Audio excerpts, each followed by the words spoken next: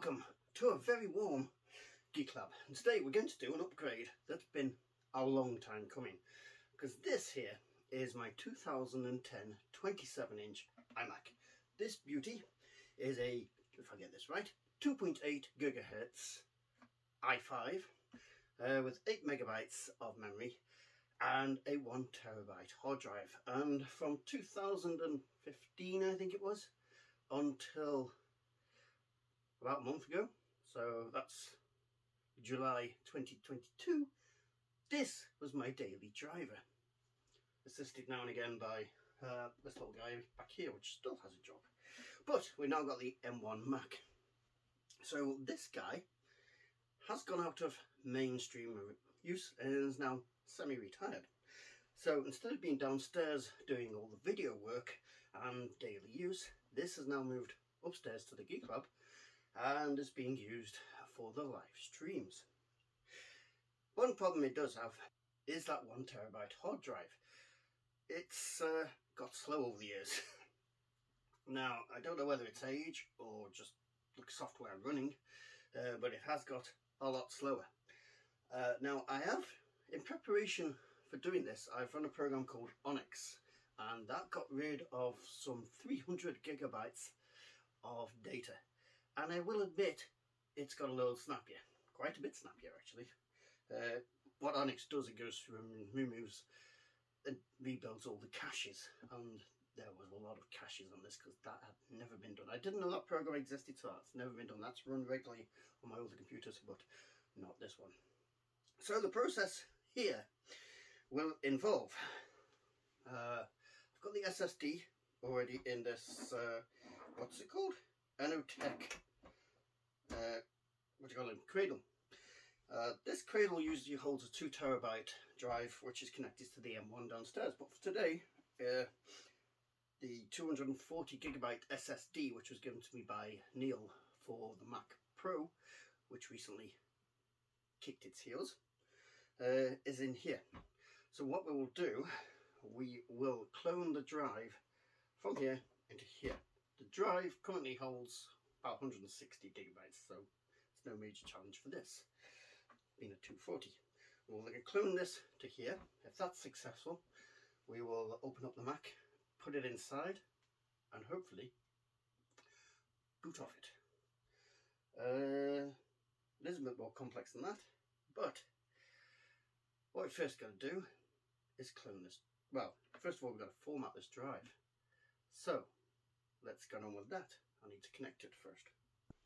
Okay, before we do that, I thought it might be interesting for comparing the old disk with the new one to boot this up and see how long it takes with the present disk in. This is going to take a while, but I'll speed it up. Don't worry, I won't make you suffer too much. Alright, off we go.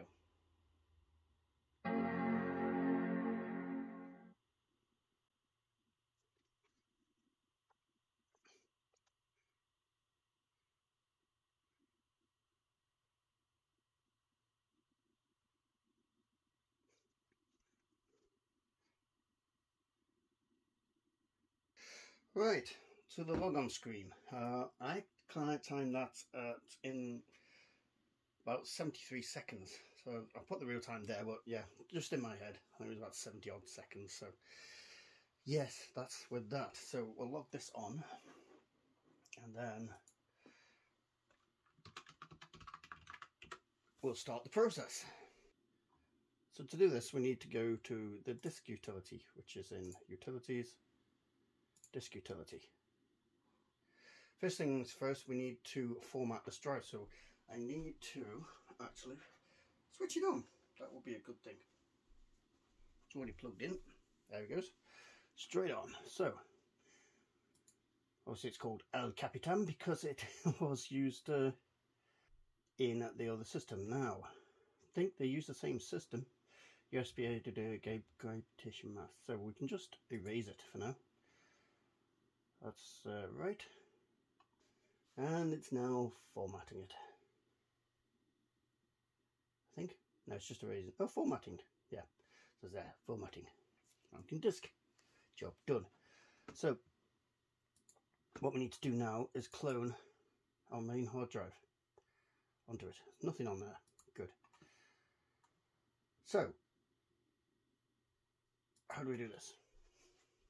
Right, apparently, we click on our new one, press restore, restore from WDC, no, hang on, oh right, yes, we want to, that is our main hard drive there, so we want to restore it from there. So, click on restore,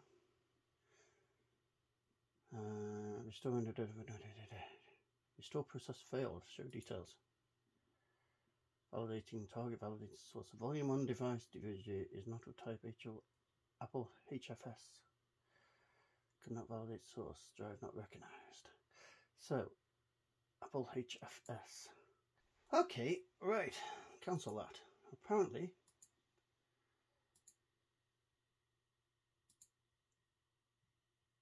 actually, are we doing it from there? So, if I go to there, it's not going to let me do that, is it now? Just that one. No, not that one. So, let me have a look at partitioning. It does say about partitioning. 40 guide map, name, operating system.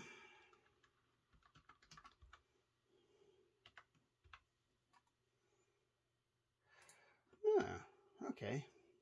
So if I go there, try that one. If I restore that, there we go. From Mac OS. Try that. Validating target. Can get recovery partition information. Target recovery partition.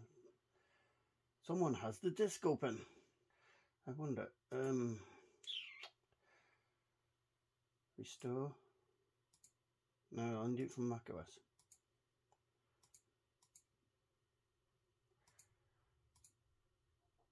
Okay. Not quite sure what's going on here. Let's try some other route. Right, that was a big fat fail. So what we're going to do, we found another program called Carbon Copy Cloner. I won't use 5 here, with this being High Sierra, isn't the latest version. But you get 30-day free on it anyway, so it's good for one job like this. So we click here to select a source. macOS, destination. This is where it all goes wrong. New disk image, choose disk image. So it's not, hang on. Task plan, new task, show sidebar.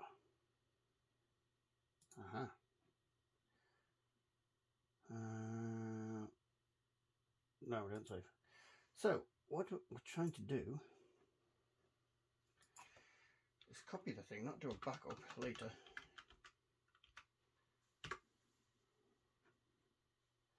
Right, so task 1.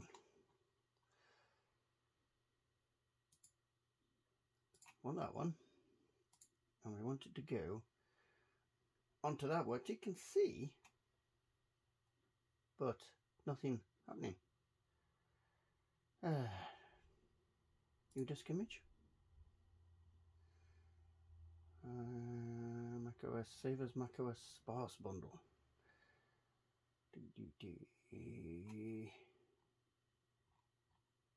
Shared Seagate. macOS. It's not letting me copy over to there. Right. Okay, I don't think this one's going to work either. Let's try something else. Okay, strangeness and strange things are occurring. Now, I gave up on Carbon Copy Cloner and rebooted the computer, and looking up on the internet, I tried recovery mode. This, no matter what I tried, would not go into recovery mode. I don't know what's gone wrong there. I know it used to do it because I've had it before in recovery mode, but now it just won't do it. But I've rebooted it. I thought I'll try Carbon Copy Cloner just in case again. And now it's seeing the device, and the device is normal. whereas before it was appearing there, but it had a red question mark on it. So I don't know what's going on there. Right, come on. Yes. All right. Copy all files. Safety net on. I don't know what is safety net. Let's have a look what safety net is. Except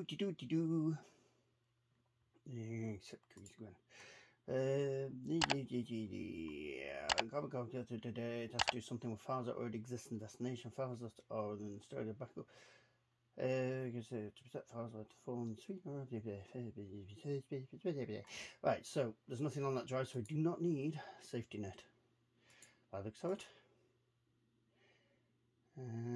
Files unique to the destination will be permanently deleted. I am happy with that. Oh, just don't delete anything. There we go. That sounds safer. Right, so we don't need scheduling, and we're clearing it straight away. Adhering to Apple's safety best protocols, CCC uses Privilege Helper tool for coordinating all backup activities. Before we get started with backup, we need to install. Okay, install. Hey.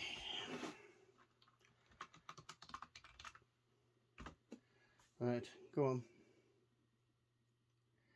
And it looks like it's copying. Data copied, 0, archiving. Right, well, let that do its stuff, and we'll come back. Right, ladies and gentlemen, welcome to the next day. Now, I owe you lot an apology because I came up here last night, checked on this, and it did copy it, and it took 2 hours, 18 minutes. But I'd had a wee bit of booze, and I wasn't going to continue last night, and I forgot to take a screenshot. But it did take 2 hours, 18. Now, we have another issue. No matter what I do, one of the things we need to do is restart this in recovery mode. It will not do that. No matter what key combination I have tried, it's not having it. It just boots up into normal mode. So what I'm trying at the moment, come on, there we go. What we are trying at the moment is to reset the pre-RAM. See if that'll work for us. So I've got the instructions on the screen over there. So I need to go sudo sudo sudo space mvram -c space mvram. So I'm at a weird angle, so it's harder to type. Did that work? I need a password. This might be why it's not working. Okay, might have a password. Key in your password, then enter sudo shutdown -r now. Sudo shutdown -r now. Shut down now. And according to the screen over here, so this sounds getting a bit weird. System is powered down, powered off. Now power on the system and check if the issue is resolved. Is it shutting down? Yes, it's shutting down. Right, so we should be able to. Well, I don't know if that's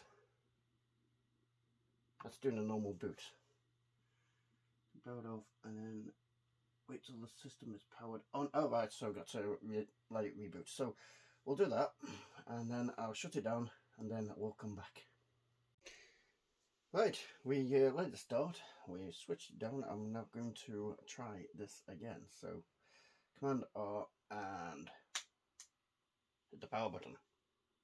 See what happens.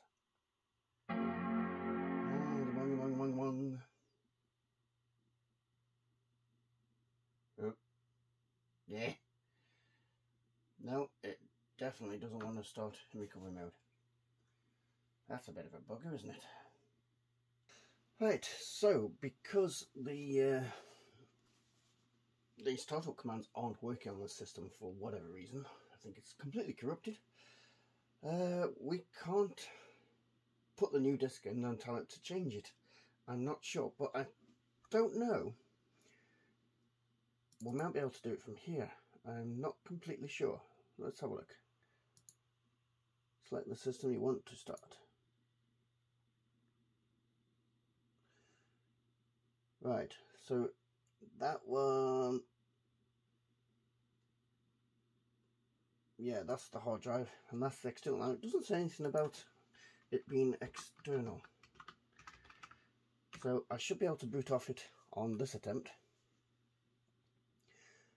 And what I'm hoping is that if we then put the disk into the system, it will remember that and go off it anyway. Let's see. Let's restart and see. Are you sure you want to start? Restart? Yes, of course I want to restart. Let's have a look, see what it does. Let's have a look if this thing starts flashing at all. That's reading. We'll do this real time, see what it does.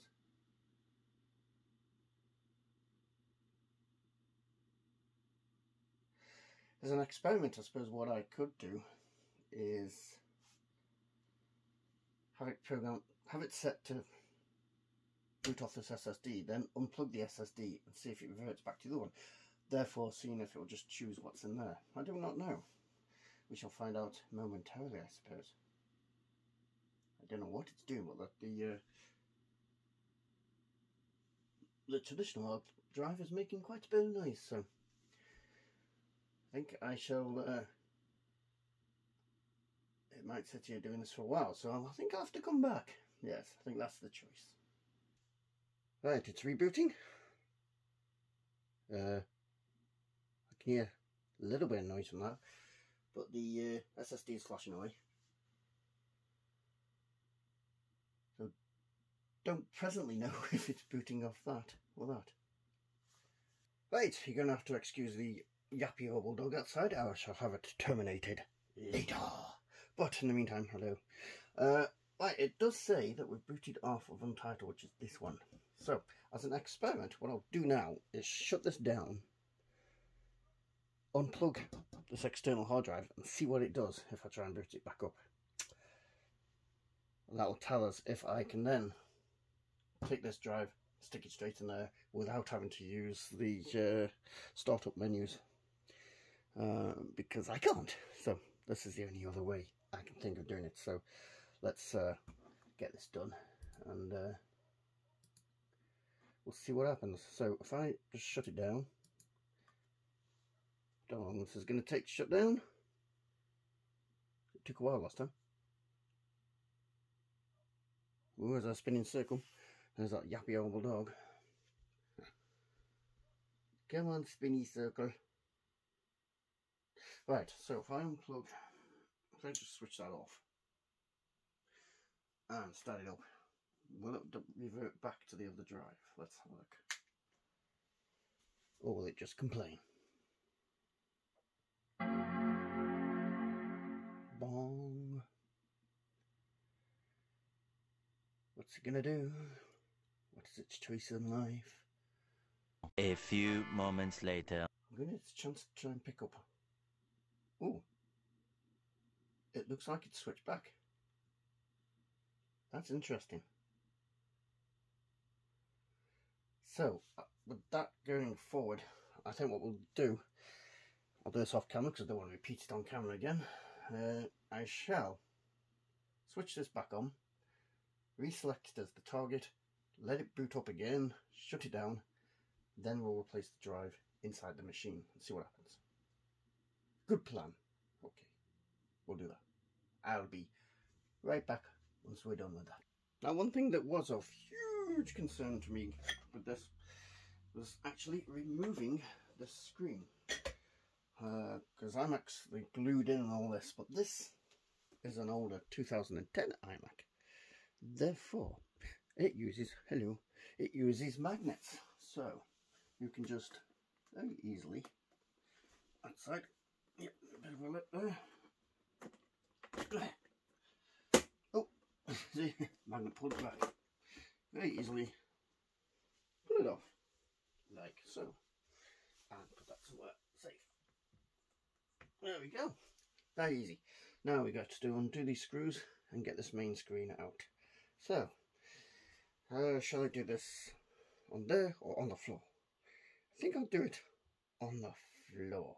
Yes. Right, we'll be right back. Right, I found the right bit. Thank you very much, Poundland. And let's get these buggers out without losing any.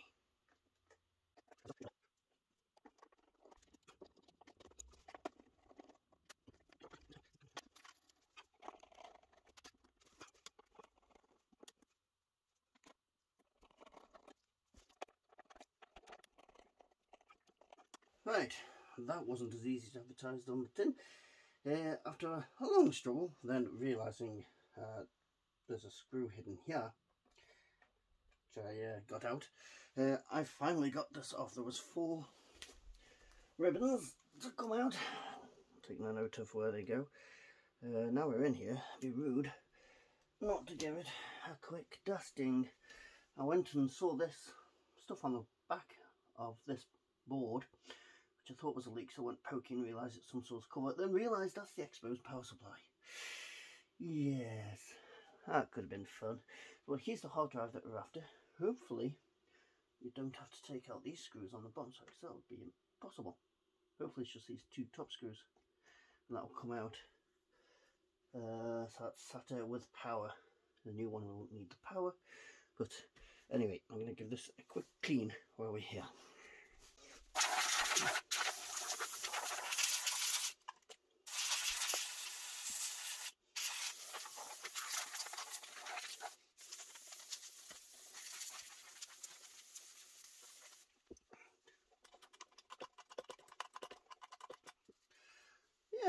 Yeah, when you consider this has been used 7 years, sometimes only 24 hours a day, it's in pretty bloody good condition.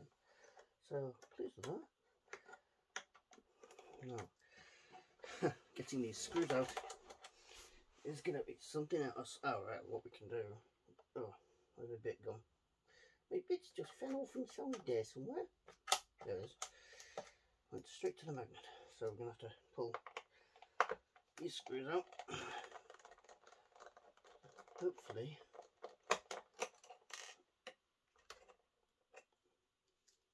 I'm getting the feeling I may have to look this up, because the other side of the drive, I'm not sure what's going on there. I don't fancy stripping the whole computer out to get at that.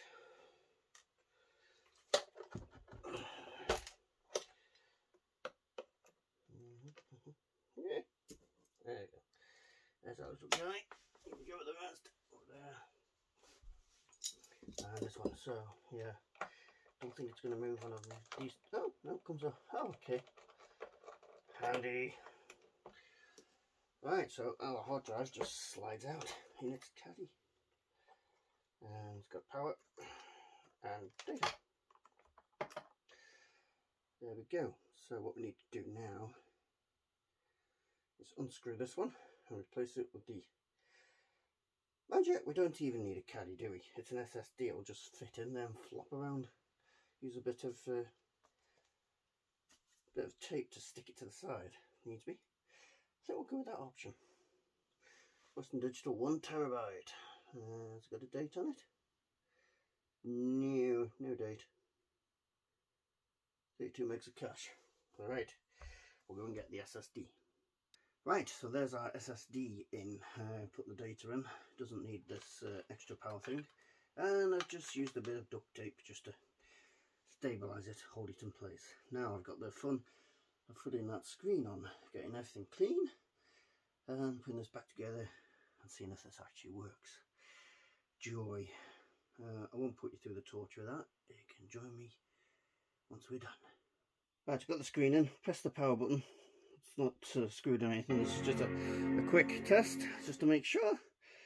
And the screen's on. And it's thinking. It's thinking. You can only hear fans now. You can't hear the drive, which is good. Still thinking. Oh, there we go. Apple sign. And let's have a look at this. Wow. Compared to the last drive, That's going fast. Look at that. Wow.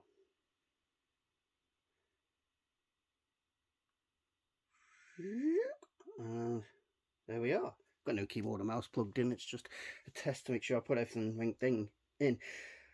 The problem I had is there's a connector back here, a data connector, I think. And as I pushed down on it, it came away from the board. So I was sort of thinking I may have destroyed that connection, but obviously not. All is good. So I'm going to get the screws back in, get this panel cleaned, get the glass cleaned, put it back on. Jobs are good, and we'll have a look. Alright, here it is, all done. You can see my reflection in it. So what we're going to do is time from the moment I press the power button and see how long this one takes. Should be a bit quicker.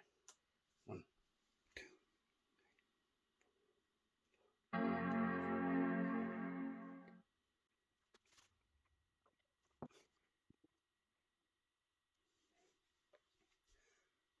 So somewhere in the region of 46 seconds, but it does seem to spend longer on the white screen.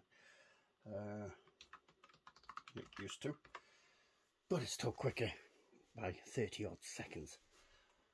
And the difference is when it gets to the desktop, which it does quickly, desktop is straight there, and you know, whereas before you'd have to wait ages for anything to be able to do anything. Here I'm straight on the web, whereas before you'd have to click that, wait ages for the browser to open, and then when the browser did open, you could click in here and it would take ages for anything to appear.